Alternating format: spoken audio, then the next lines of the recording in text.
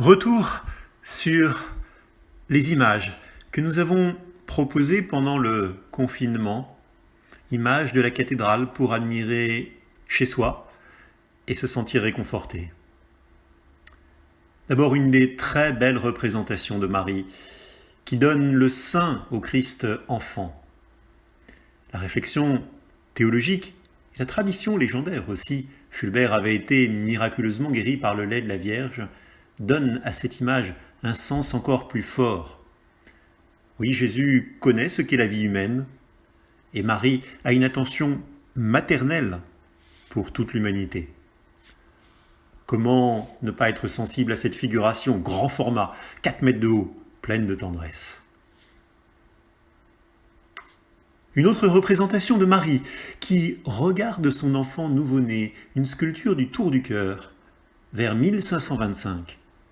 Un visage très jeune, plein de douceur, un réalisme étonnant qui nous permet presque de partager son intimité. Le voile de tête torsadé avec ses longs cheveux, la tête délicatement penchée, les mains jointes en prière. Le très beau visage du Christ en croix.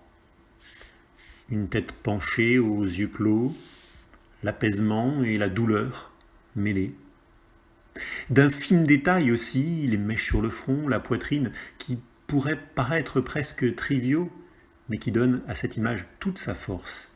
Le Christ est vraiment un homme de chair. Une grande douceur aussi, qui sous-entend l'amour passionné de Dieu pour l'homme. Oui, un chef-d'œuvre d'art et de foi. La visitation du portail royal, c'est une image rapprochée, prise depuis les échafaudages. L'expression bouleversante de Marie, à gauche couronnée, chez qui se mêlent la sérénité, l'intériorité, la joie. Mon âme exalte le Seigneur, exulte mon esprit. La force du regard d'Élisabeth qui semble ici nous fixer.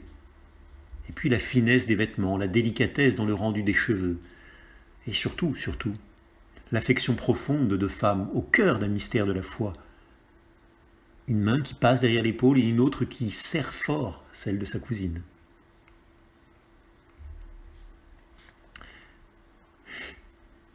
Alors, comme on nous avait fait part de cet émerveillement devant l'image de la visitation, voilà une autre image du portail royal, rapprochée, prise aussi depuis les échafaudages.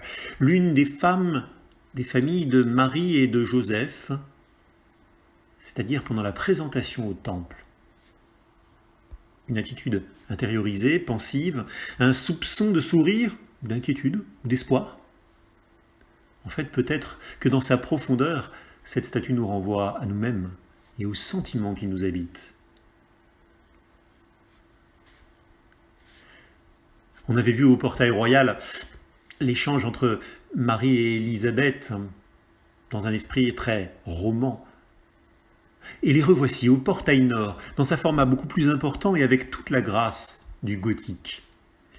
Un réalisme à couper le souffle, comme si Marie était suspendue aux lèvres de sa cousine.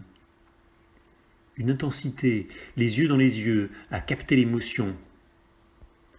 Et le naturel qui se dégage de la scène, une ambiance affectueuse et un message mystique. Et enfin, l'ange de l'Annonciation au portail nord, quelle grâce, quelle délicatesse. Les cheveux bouclés, un très léger sourire, un mouvement naturel, cet ange s'avance vers Marie avec des yeux vifs que l'on devine, pétillants. Étonnante aventure d'ailleurs que celle vécue par cette tête, repérée par Jean Villette en juillet 1958 dans les collections du musée des Beaux-Arts à quelques dizaines de mètres du portail. Elle lui évoque irrésistiblement le style des sculptures les plus réalistes du portail nord. Quelques jours plus tard, un essai est réalisé, la tête s'emboîte parfaitement sur la cassure du cou, qui était nette. Et c'est ainsi que cet ange continue à s'adresser à Marie et à nous inviter, nous, à une sérénité.